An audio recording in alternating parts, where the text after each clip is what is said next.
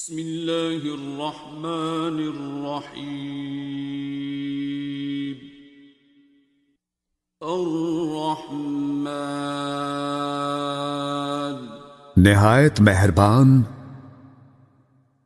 علم القرآن جس نے قرآن کی تعلیم دی، خلق الانسان علمہ البیان اسی نے انسان کو پیدا کیا اور اسے بولنا سکھایا۔ الشمس والقمر بحسبان سورج اور چاند ایک حساب کے پابند ہیں، والنجم والشجر يسجدان اور تارے اور درخت سجدہ ریز ہیں۔ والسماء رفعها ووضع الميزان آسمان کو اس نے بلند کیا اور میزان قائم کر دی، ألا تطغوا في الميزان تاکہ تم میزان میں خلل نہ ڈالو، وَأَقِيمُوا الْوَزْنَ بِالْقِسْطِ وَلَا تُخْسِرُوا الْمِيزَانَ اور انصاف کے ساتھ وزن کو ٹھیک رکھو اور تول میں کمی نہ کرو۔ وَالْأَرْضَ وَضَعَهَا لِلْأَنَامِ زمین کو اس نے سب مخلوقات کے لیے بنایا، فِيهَا فَاكِهَةٌ وَالنَّخْلُ ذَاتُ الْأَكْمَامِ اس میں میوے ہیں اور خوشوں والی کھجوریں ہیں، وَالْحَبُّ ذُو الْعَصْفِ وَالرَّيْحَانِ اور بھوسے والا اناج ہے اور خوشبودار پھول ہیں۔ فَبِأَيِّ آلَاءِ رَبِّكُمَا تُكَذِّبَانِ بس اے گروہ جن و انسان، تم دونوں اپنے رب کی کن کن نعمتوں کو جھٹلاؤ گے۔ خَلَقَ الْإِنسَانَ مِنْ صَلْصَالٍ كَالْفَخَّارِ اسی نے انسان کو ٹھیکری کی طرح بجتے ہوئے خشک گارے سے بنایا، وَخَلَقَ الْجَانَّ مِن مَّارِجٍ مِّن نَّارٍ اور جنات کو آگ کے شعلے سے پیدا کیا۔ فَبِأَيِّ آلَاءِ رَبِّكُمَا تُكَذِّبَانِ بس تم دونوں اپنے رب کی کن کن نعمتوں کو جھٹلاؤ گے۔ رب المشرقين ورب المغربين دونوں مشرقوں کا مالک اور دونوں مغربوں کا مالک، فبأي آلاء ربكما تكذبان بس تم اپنے رب کی کن کن نعمتوں کو جھٹلاؤ گے۔ مرج البحرين يلتقيان اسی نے دو سمندر رواں کیے جو باہم مل جاتے ہیں، بينهما برزخ لا يبغيان ان دونوں کے درمیان ایک آڑ ہے اور وہ اپنی حد سے تجاوز نہیں کرتے۔ فبأي آلاء ربكما تكذبان؟ پس تم اپنے رب کی کن کن نعمتوں کو جھٹلاؤ گے؟ يخرج منهما اللؤلؤ والمرجان، ان دونوں سمندروں سے موتی اور مونگے نکلتے ہیں۔ فبأي آلاء ربكما تكذبان؟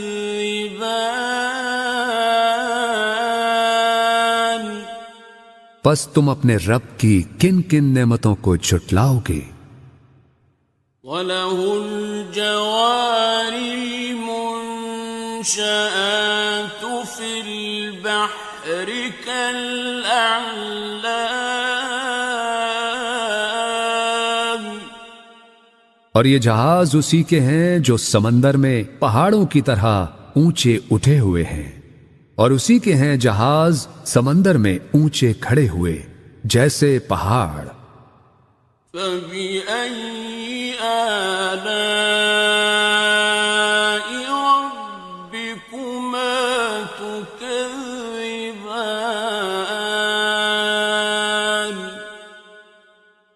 پس تم اپنے رب کی کن کن نعمتوں کو جھٹلاؤ گے؟ كل من عليها فان، ہر چیز جو اس زمین پر ہے فنا ہو جانے والی ہے، ويبقى وجه ربك ذو الجلال والإكرام، اور صرف تیرے رب کی ذات باقی رہے گی جو صاحب عظمت و جلال اور صاحب انعام و اکرام ہے۔ فبأي آلاء ربكما تكذبان؟ پس تم اپنے رب کی کن کن نعمتوں کو جھٹلاؤ گے؟ يسأله من في السماوات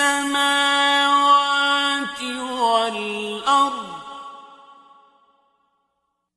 كل يوم هو في شأن، زمین اور آسمانوں میں جو بھی ہیں سب اسی سے مانگ رہے ہیں، ہر آن وہ نئی شان میں ہے۔ فبأي آلاء ربكما تكذبان؟ پس تم اپنے رب کی کن کن نعمتوں کو جھٹلاؤ گے؟ سنفرغ لكم أيها الثقلان، اے گروہ انس و جن، ہم عنقریب تمہارے حساب کی طرف متوجہ ہوتے ہیں۔ فبأي آلاء ربكما تكذبان؟ پس تم دونوں اپنے رب کی کن کن نعمتوں کو جھٹلاؤ گے؟ يا معشر الجن والإنس إن استطعتم أن تنفذوا من أقطار السماوات والأرض فانفذوا۔ اے گروہ جن و انس، اگر تم اس بات پر قدرت رکھتے ہو کہ آسمانوں اور زمین کے کناروں سے باہر نکل سکو تو تم نکل جاؤ۔ لا تنفذون إلا بسلطان، تم نہیں نکل سکتے بغیر اس کی اجازت کے۔ فبأي آلاء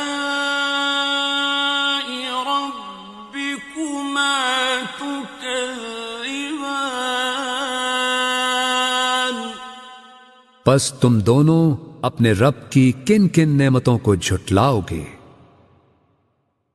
يرسل عليكما شواظ من نار ونحاس فلا تنتصران.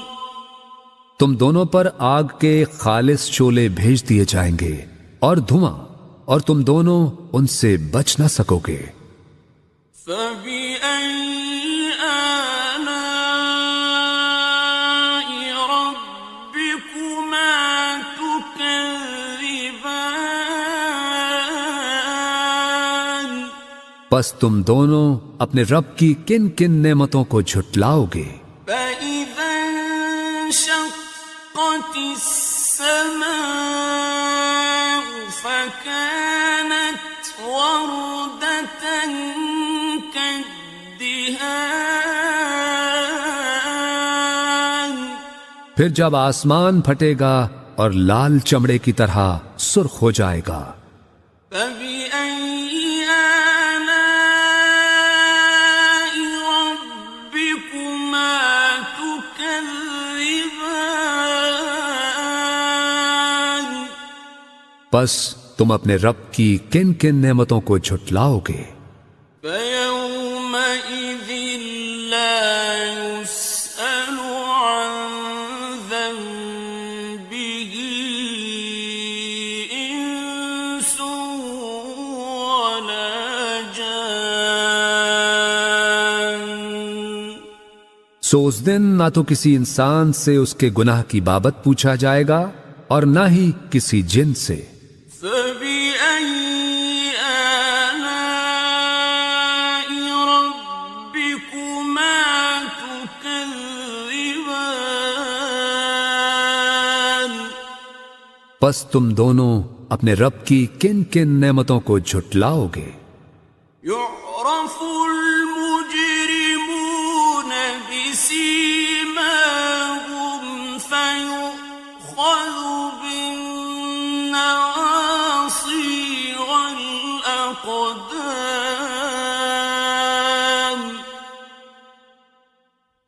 مجرم اپنے چہروں سے پہچان لیے جائیں گے اور انہیں پیشانی کے بال اور پاؤں سے پکڑ پکڑ کر گھسیٹا جائے گا.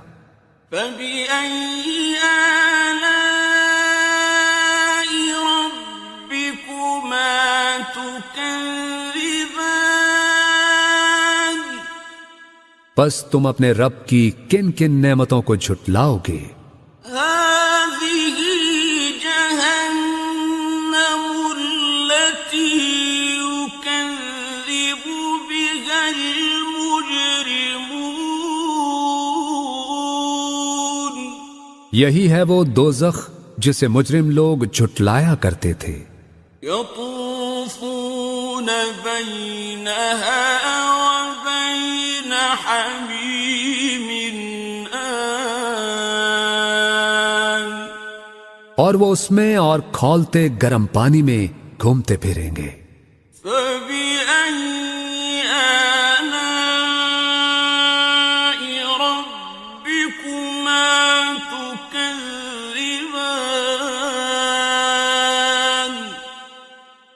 پس تم اپنے رب کی کن کن نعمتوں کو جھٹلاؤ گے؟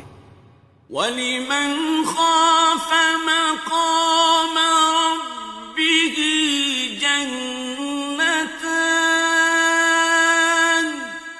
اور ہر اس شخص کے لیے جو اپنے رب کے حضور پیش ہونے کا خوف رکھتا ہو 2 باغ ہیں. فَبِأَيِّ آلَاءِ رَبِّكُمَا تُكَذِّبَانِ. پس تم اپنے رب کی کن کن نعمتوں کو جھٹلاؤ گے؟ ذَوَاتَا أَفْنَانٍ. جو دونوں سرسبز و شاداب گھنی شاخوں والے ہیں. فَبِأَيِّ آلَاءِ رَبِّكُمَا تُكَذِّبَانِ. پس تم اپنے رب کی کن کن نعمتوں کو جھٹلاؤ گے؟ فيهما عينان تجريان ان دونوں میں دو چشمے بہہ رہے ہیں، فبأي آلاء ربكما تكذبان پس تم اپنے رب کی کن کن نعمتوں کو جھٹلاؤ گے؟ فيهما من كل فاكهة زوجان ان دونوں میں ہر پھل اور میوے کی دو دو قسمیں ہیں، فبأي آلاء ربكما تكذبان تو تم اپنے رب کی کن کن نعمتوں کو جھٹلاؤ گے؟ متكئين على فرش بطائنها من استبرق جنتی لوگ ایسے فرشوں پر تکیے لگا کے بیٹھے ہوں گے جن کے استر دبیز ریشم کے ہوں گے، وجنى الجنتين دان اور باغوں کی ڈالیاں پھلوں سے جھکی پڑ رہی ہوں گی۔ فبأي آلاء ربكما تكذبان پس تم اپنے رب کی کن کن نعمتوں کو جھٹلاؤ گے؟ فيهن قاصرات الطرف لم يطمثهن إنس قبلهم ولا جان اور ان میں نیچی نگاہ رکھنے والی حوریں ہوں گی جنہیں پہلے نہ کسی انسان نے ہاتھ لگایا اور نہ کسی جن نے۔ فبأي آلاء ربكما تكذبان پس تم اپنے رب کی کن کن نعمتوں کو جھٹلاؤ گے؟ كأنهن الياقوت والمرجان گویا وہ حوریں یاقوت اور مرجان ہیں۔ فبأي آلاء ربكما تكذبان پس تم اپنے رب کی کن کن نعمتوں کو جھٹلاؤ گے؟ هل جزاء الإحسان إلا الإحسان نیکی کا بدلہ نیکی کے سوا کچھ نہیں ہے۔ فبأي آلاء ربكما تكذبان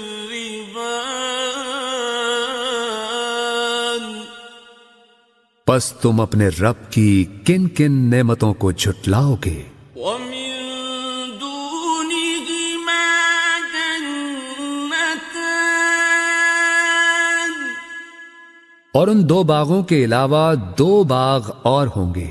فبأي آلاء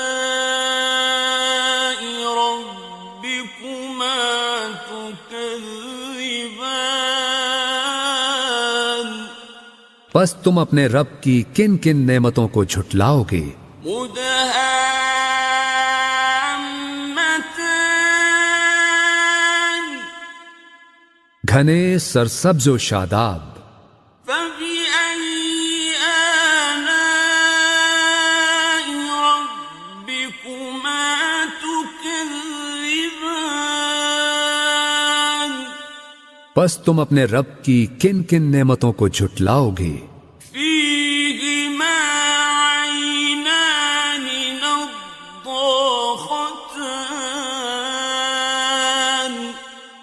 دونوں باغوں میں دو چشمے فواروں کی طرح ابلتے ہوئے. فبأي آلاء ربكما تكذبان پس تم اپنے رب کی کن کن نعمتوں کو جھٹلاؤ گے؟ فيهما فاكهة ونخل ورمان ان دونوں میں پھل اور کھجوریں اور انار ہیں. فبأي آلاء ربكما تكذبان پس تم اپنے رب کی کن کن نعمتوں کو جھٹلاؤ گے؟ فيهن خيرات حسان ان میں بھی خوبصورت و خوبصورت حوریں ہیں. فبأي آلاء ربكما تكذبان پس تم اپنے رب کی کن کن نعمتوں کو جھٹلاؤ گے؟ حور مقصورات في الخيام ایسی حوریں جو خیموں میں پردہ نشین ہیں. فبأي آلاء ربكما تكذبان پس تم اپنے رب کی کن کن نعمتوں کو جھٹلاؤ گے؟ لم يطمثهن إنس قبلهم ولا جان انہیں پہلے نہ کسی انسان ہی نے ہاتھ سے چھوا ہے اور نہ کسی جن نے. فبأي آلاء ربكما تكذبان پس تم دونوں اپنے رب کی کن کن نعمتوں کو جھٹلاؤ گے؟ متكئين على رفرف خضر وعبقري حسان اہل جنت سبز قالینوں پر اور نادر و نفیس بچھونوں پر تکیے لگائے بیٹھے ہوں گے. فبأي آلاء ربكما تكذبان پس تم اپنے رب کی کن کن نعمتوں کو جھٹلاؤ گے؟ تبارك اسم ربك ذي الجلال والإكرام بڑا بابرکت ہے تیرے رب کا نام، بڑائی والا اور عظمت والا. بسم اللہ الرحمن الرحیم یاسین والقرآن الحکیم إنك لمن المرسلين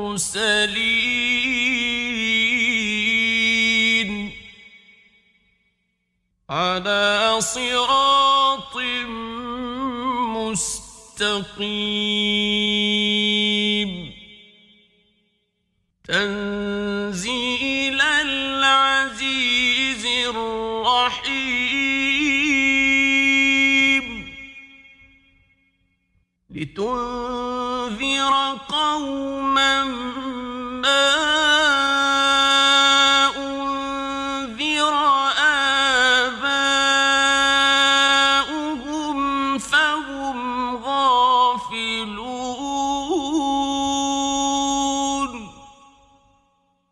لقد حق القول على أكثرهم فهم لا يؤمنون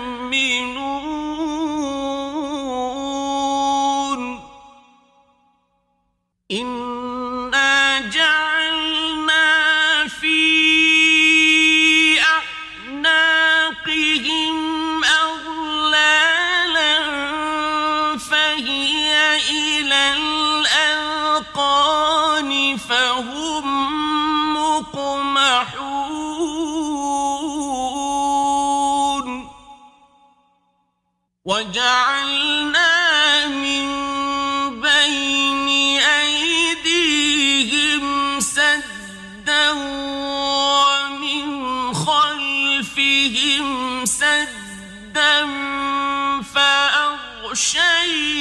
فأغشيناهم فهم لا يبصرون وسواء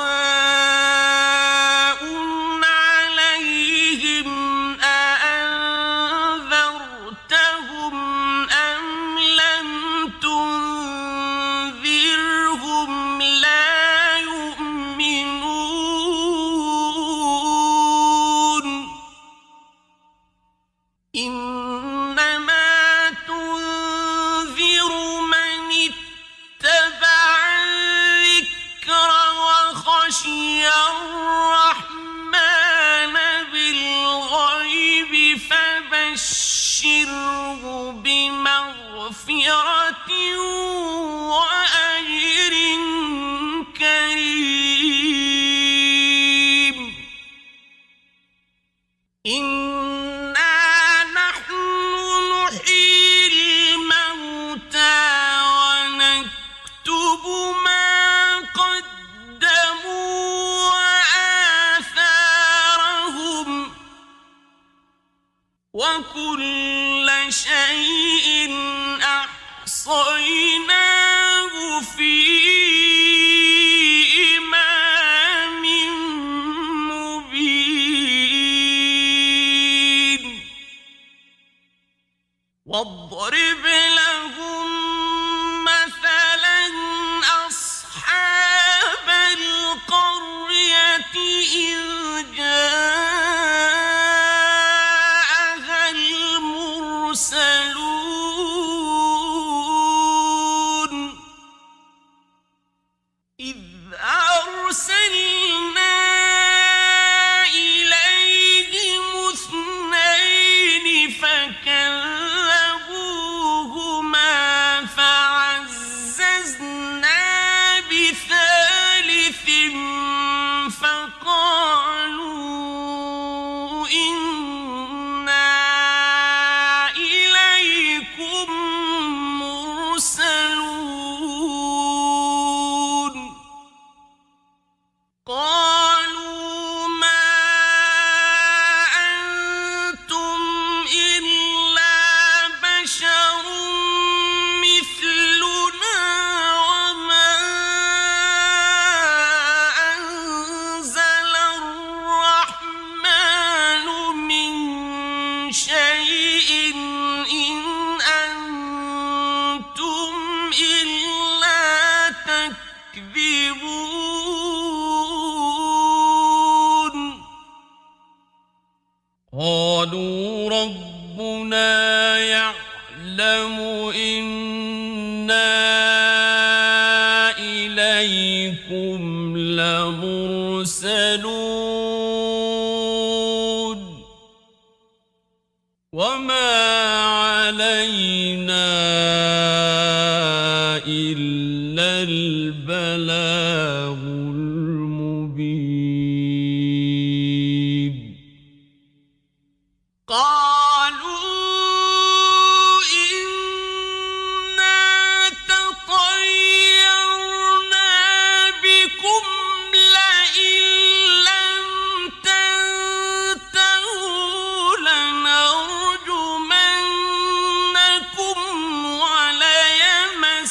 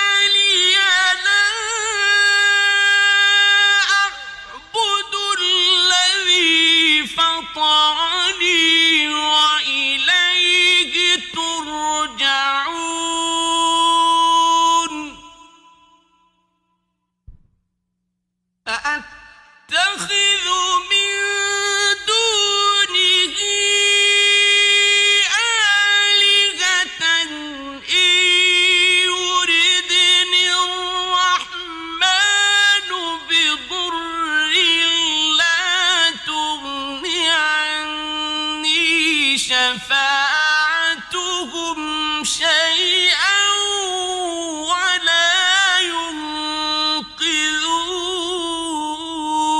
ينقذون إني إذا لفي ضلال مبين إني آمنت بربكم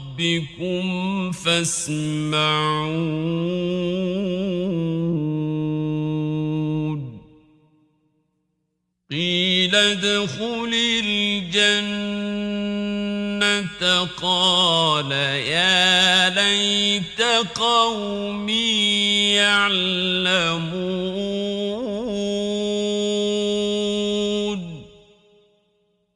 بما غفر لي ربي وجعلني من المكرمين وما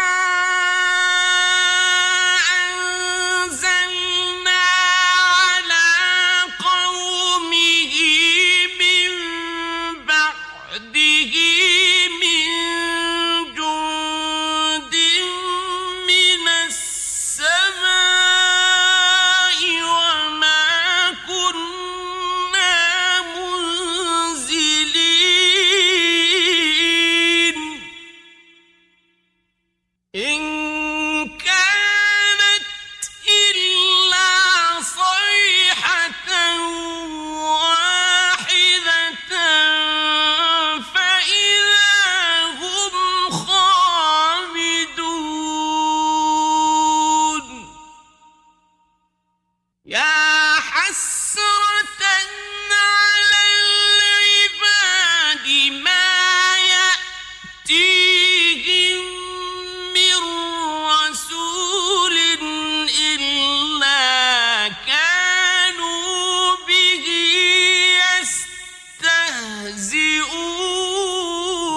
يستهزئون ألم يروا كم أهلكنا قبلهم من القرون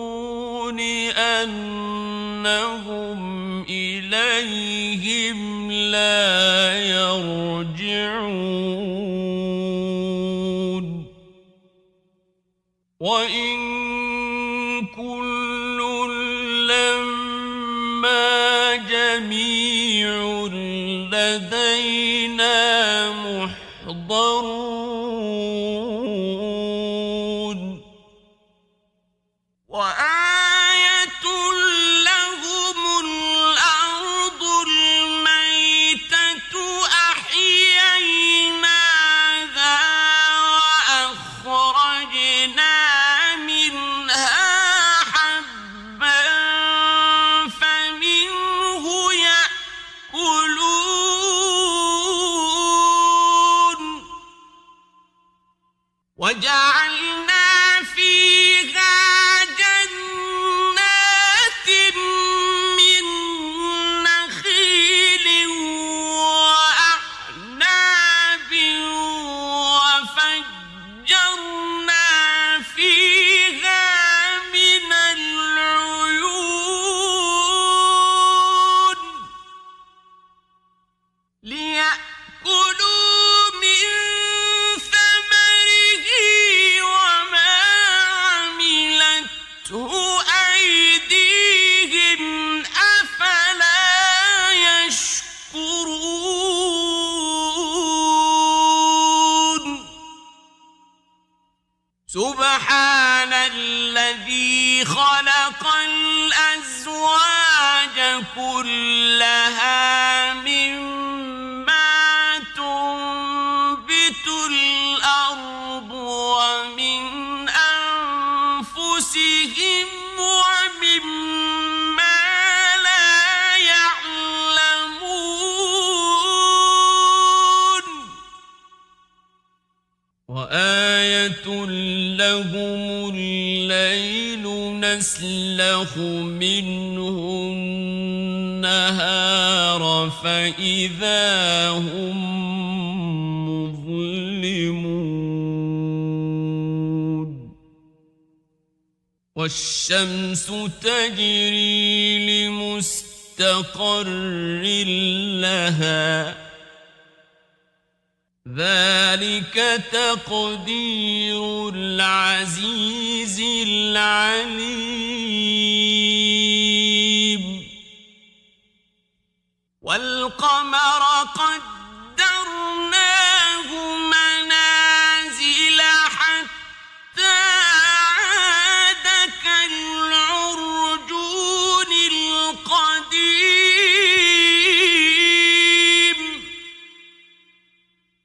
لا الشمس ينبغي لها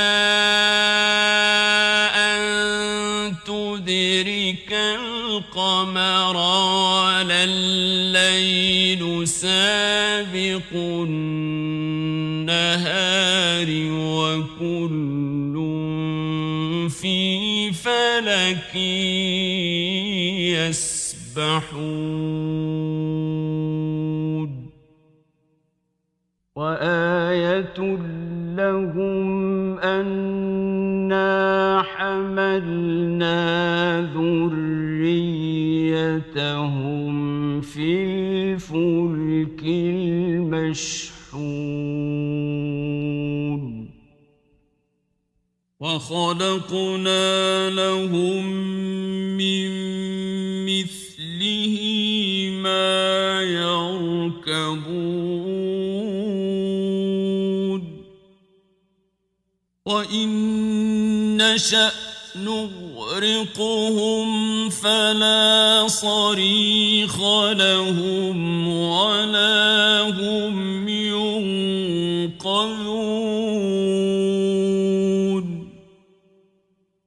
إلا رحمة منا ومتاعا إلى حين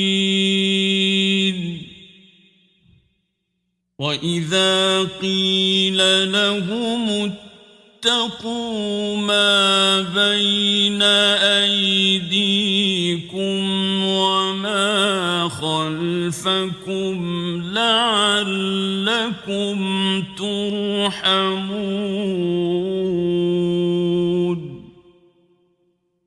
وما تأتيهم من آية من آيات ربهم إلا كانوا عنها معرضين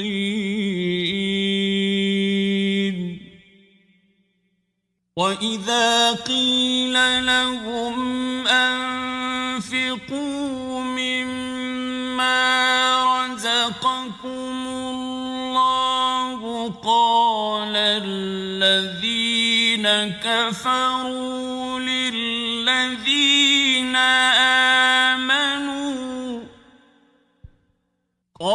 الذين كفروا للذين آمنوا أنطعم من لو يشاء الله أطعمه أنطعم من لو يشاء الله أطعمه إن أنتم إلا في ضلال مبين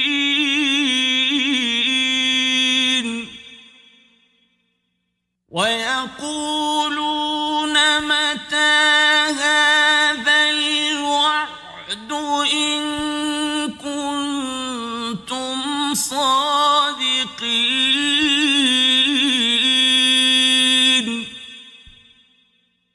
ما ينظرون إلا صيحة واحدة تأخذهم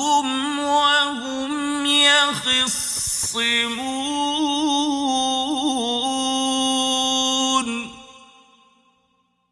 فلا يستطيعون توصية ولا إلى أهلهم يرجعون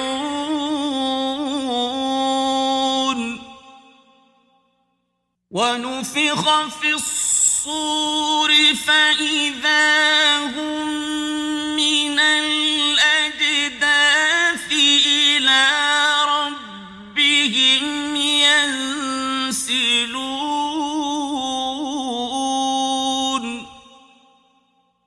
قالوا يا ويلنا من بعثنا من مرقدنا هذا ما وعد الرحمن وصدق المرسلون إن كانت إلا صيحة واحدة فإذا هم جميع لدينا محضرون فاليوم لا تظلم نفس شيئا ولا تجزون إلا ما كنتم تعملون إن أصحاب الجنة اليوم في شغل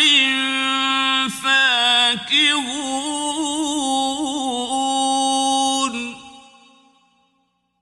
هم وأزواجهم في ظلال على الأرائك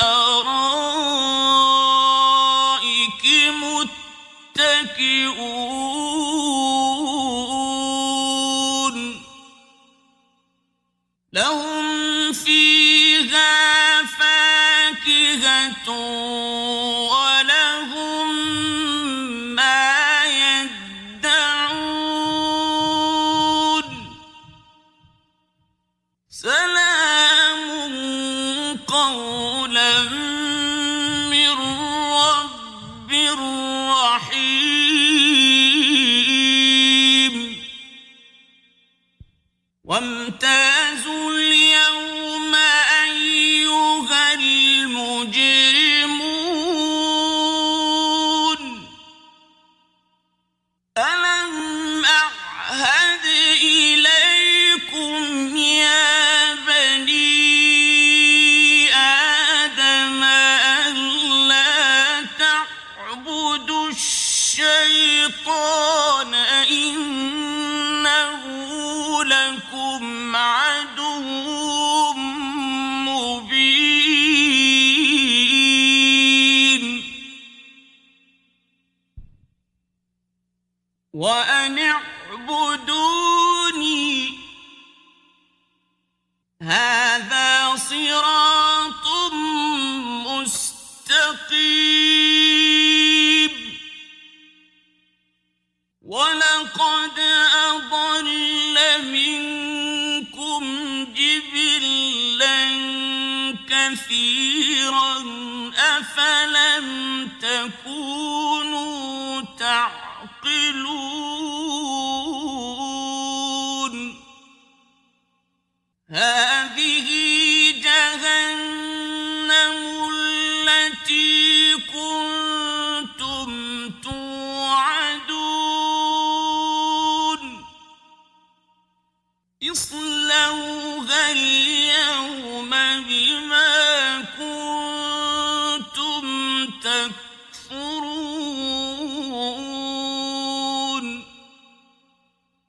اليوم نختم على أفواههم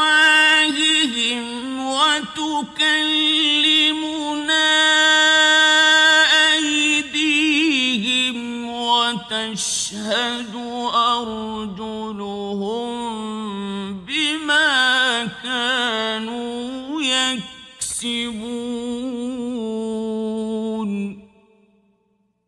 ولو نشاء لطمسنا على أعينهم فاستبقوا الصراط فأنى يبصرون ولو نشاء لمسخناهم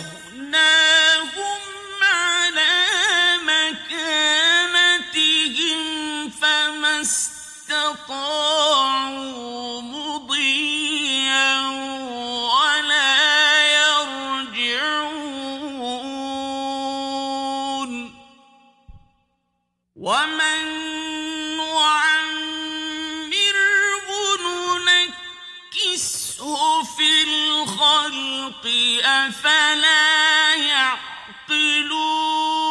يعقلون وما علمناه الشعر وما ينبغي له إن هو إلا ذكر وقرآن مبين لينذر من كان حيا ويحق القول على الكافرين